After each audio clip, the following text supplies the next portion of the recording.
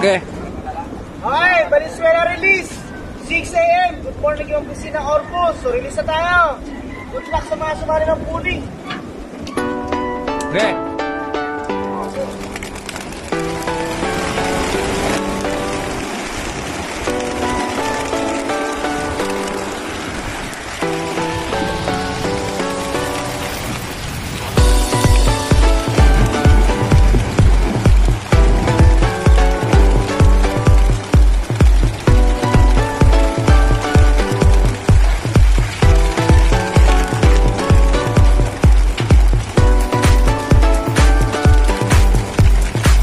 Meanwhile, Magandang umaga mga kalapatids and welcome back sa ating channel ang Kalapatids Pigeon Love. So for today's upload activities mga kalapatids, so ayan, abangan na tayo, no? So nag-release po yung ating club ng 6:30 ng Bukawi, Bulacan. So sabi niya Pigeon Breeders Club sa BPBC, yun po ang ating unang club, at yung pangalawa nating club mga kalapatids ang CSWRPC ay nag-release po ng alas 6 ng umaga.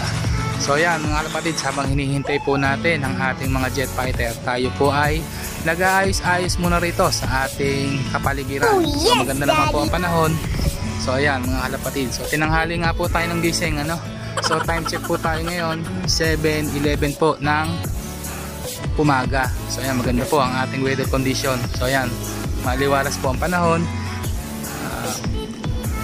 Ayan na po si Haring Araw, ano? So ayan mga kalapatids. So anyway, update ko po kayo mamaya mga kalapatids.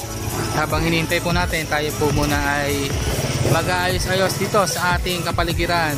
So ayan, update ko po kayo mga kalapatids kung sino po ang ating first dropper. meanwhile, So ayan mga kalapatids, time check tayo 8:31 in the morning. So ayan, ito na si Jalil yata to, no? May first dropper na tayo. So ayan mga kalapatids, kung hindi si Jalil to, si Sultan. So ayan, mamaya malalaman natin yan mga kalapatids kung sino itong bumaba dito sa ating flyer slope mamaya mga kalapatids. So bababa ito mamaya, ano? So ayan mga kalapatids, ito po ang ating first dropper. So hintay pa po natin yung iba, no mga kalapatids. Moments later. Magandang hapon mga kalapatids and welcome back sa ating channel, no, ang Kalapatids Pigeon Love. So yan nga mga kalapatids, ang resulta ng ating club training ngayon, no, sa ating dalawang club mga kalapatids, ang CSWRPC at ang BPBC, ang Binyam Pigeon Breeders Club. So yan mga kalapatids, ang update ko sa inyo, tuluyan na ngang nalusaw yung ating mga jet fighter. So sa hindi malamang dahilan, siguro may pagkukulang na sistema si Kalapatids Pigeon Love, at may mga bagay tayo na hindi natin nagawa sa kanila, no, sa ating mga pang norte. So katunayan mga kalapatids, pero meron tayong pauwi na isa lang, no, si Sharapov. So Sharapov, yung si Jalil na inaasahan nating uuwi at ating isinali pa naman sa Survivor, no, ay hindi nakauwi mga kalapatids. Pero titignan natin bukas. So hintayin pa naman natin hanggang bukas kung sila ay tuluyan pang makakauwi dito sa ating flyer slope. So anyway, nakapag-viewing na nga pala ako dito, no, mga kalapatids, dito sa ating mga fresh young bird, yung galing po sa kabila, no. So ayun sila. So ayan, malulusog naman po silang kumain, no. So ayan, malalaki na sila. Pipitik na ito mga kalapatids. So ayan pa sila, oh. So ayan. So anyway, you know, mga kalapatids, bago po ang lahat ay nais ko po magpasalamat sa aking mga viewers, sa aking mga subscriber na tumatangkilik po sa ating YouTube channel, ang Kalapatids Pigeon Love. So marami po nagtatanong sa akin mga kalapatids, no, lalo na po yung mga aking kamag-anak, yung aking mga kaibigan, kung bakit po daw ito ang nahiligan kong hobby, no, itong racing pigeons. So mga kalapatids, nasabi rin po nila sa akin na itong araw pag-aalaga ng mga ganitong klaseng hayop itong mga ibon, ano, yan, ay nakakasira po doon ng bubong. So meron din po nagsabi na hindi maganda sa bahay ang ganitong pag-aalaga ng mga kalapate, no? Paano So masabi? anyway, mga kalapatids, simple lamang naman ang naging tugon ko sa kanila. Ang naging tugon ko po sa kanila ay isang magandang ngiti. So ayan, mga kalapatids. At saka sinabi ko rin po sa kanila at piniliwanag na ito po talaga ang hobbies ko simula po nung ako'y bata. At dito po ako masaya, dito po ako maligaya, ito po ang nakakapagpaalis ng aking stress. So ayan, kaya po tayo ay masigasig na nag-aalaga ng ganitong klaseng quality racing pigeons, no? So ayan, mga kalapatids. So alam ko po mga kalapatids, lalo na sa mga newbie at sa mga baguhan pa lang sa nag-aalaga ng mga ganitong klaseng ibon, no? Magastos po ang pag-aalaga. Yan po ang katotohanan dito sa pag-aalaga natin ng mga ganitong klaseng ibon, no? Magastos po ito mga kalapatids, masakit sa bulsa. So yan ang katotohanan. So kaya ang advice ko lamang po sa inyo mga newbie at sa mga baguhan pa lamang sa mga mag-aalaga ng mga ganitong klaseng ibon, no? So yung sapat lamang po sa inyong lot ang inyong aalagaan. At ang pinakamaganda niya mga kalapatids, para hindi dumami ang inyong mga alaga, syempre kailangan ninyong isali sa karera ang inyong mga ibon, kasi doon nyo malalaman kung sino ang mga weakest link, yung mga mahihina, ang mga homing instinct. So katulad nito mga kalapatids, dati ito ay punong-puno na mga ibon. So ngayon nawala na sila. So marami na pong ibon ang nawala dito sa aking flyers loft, no? So ayan. At meron lamang po akong isang bumalik na aking napadulo, at yun po ay aking binibreeder ngayon na si Kerubin, na aking pong ginagawang breeder na ngayon, no? At kukuhanan ko po ng lahi. So ayan mga kalapatids. So sinabi ko rin sa aking mga pamilya, kamag-anak, kaibigan na dito ako masaya at ito ang nakakapag-relax sa akin, ano? In times na nagkakaroon ako ng mga stress, problema. So ayan, yan, ito ang nakakapagpa-enjoy at nakakapagpa-relax din sa akin, ano? So hindi po mabibili ng pera ang kaligayahan mga kalapatids. So ayan, so hindi po tayo nag-ibon para lamang bigyan ng sakit ng ulo ang inyong lingkod, no? Na ipupukpok sa kanyang ulo. So hindi naman po ganoon. So syempre may time po tayo sa ating mga pamilya sa paghahanap buhay. So syempre hindi lang naman po tayo puro pag-aalaga ng mga kalapate, no? So kaya ang ginagawa po natin ay sumali po tayo nga sa mga club para matignan natin at matesting ang kakayahan ng mga ibon na ito. So ayan. So kita nyo naman dati marami po ito. So ayan, marami po yan. So kita nyo, luwag-luwag, oh. Wala na sila. So iisa na lamang po ang nandito. So ayan, si Shara po na lang ang natirang bumalik. So ayan.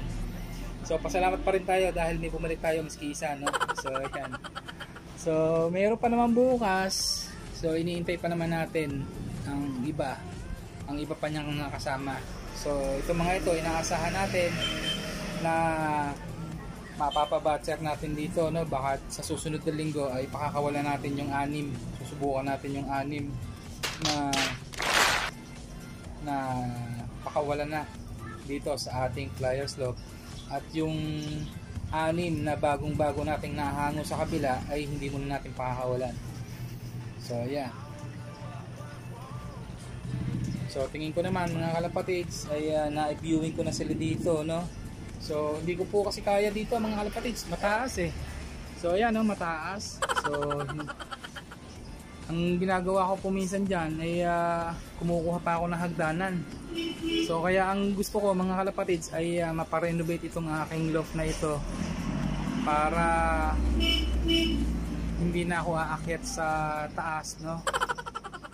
So gusto ko po may aviary sila dito eh. Yan mga kalapatids dyan po. So ayan. So anyway, andun na po tayo, no? So talagang ganyan, merong nawawala at meron namang dumarating. So katulad niyan, ito ibang kasama na ito nawala, so ito naman may dumating. So ayan, itong panibagong batch na ito. Pero yan mga kalapatids ay sa next year na, no? Sa south na natin yung mga yan. So ang nilalaban po kasi natin ngayon mga kalapatids ay itong norte. So ayan. So yung may mga batang napupunta rito na nagtatanong sa akin kung bakit nga daw racing ba't daw po ako nangangarera, no? Bakit daw po ako nagkakarera ng mga ibon. So sinabi ko sa kanila at paniliwanag ko na kailangan nyo ikarera ang inyong ibon para malaman ninyo ang performance ng inyong mga alaga. So hindi lamang ninyo padadamihin ang inyong ibon, kasi mga kalapatids, pagka inyong pinadami lamang ang inyong ibon, so makokongest sila sa inyong loop. So hindi nyo malalaman kung sino ang mga matitibay at mahuhusay sa kanila kung inyo lamang silang pararamihin at bili lamang kayo ng bili ng mga ibon, no? So kinakailangan mga kalapatids, ikarera ninyo ang inyong mga ibon para malaman ninyo kung sino ang mahuhusay sa kanila. So ayan, nang sa gayon magkaroon kayo ng achievement, magkaroon kayo ng katunayan na ang inyong ibon ay talagang quality. So yan, meron kasing iba dyan mga kalapatids, hindi naman po sa pag-ano ay yung iba ay nagpaparami lamang ng ibon, subalit hindi nila ito inilalaban sa karera. Yan. So, pero po sa akin mga kalapatids, sa aking opinion, kailangan nyo po talagang ilaban ang inyong mga ibon mga kalapatids.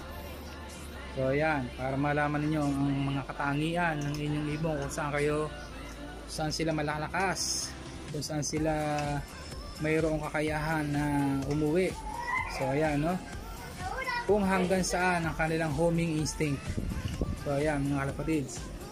So talagang ganon mga kalapatids, may mabibigo at may mga nagwawagi.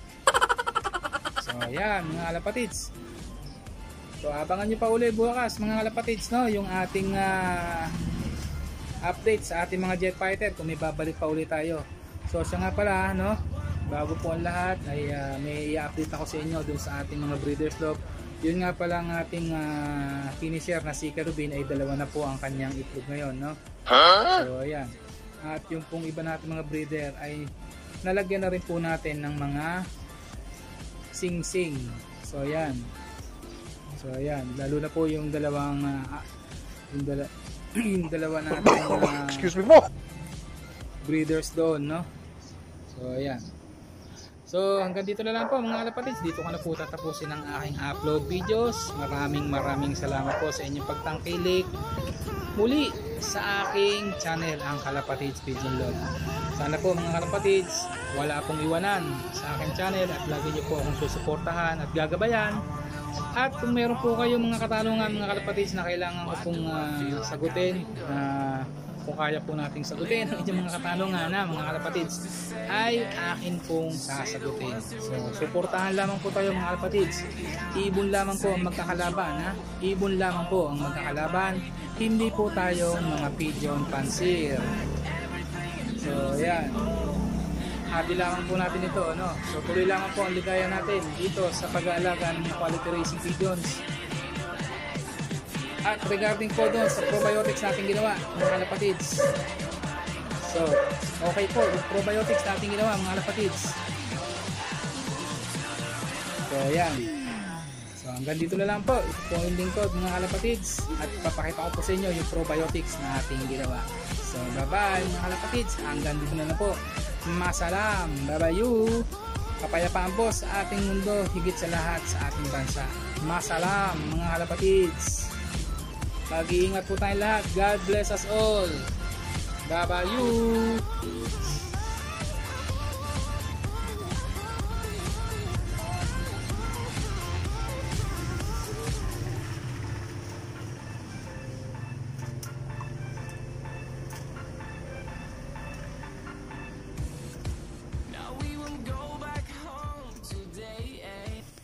Purong natural. Walang halong kemikal. Pinasirit ko mga kalapatids ang ating ginawang probiotics ni Kalapatids Pigeon Love. So ready na po tayo para sa ating probiotics. So DIY po yan mga kalapatids ni Kalapatids Pigeon Love. So sana maging magandang resulta sa ating mga jet fighter.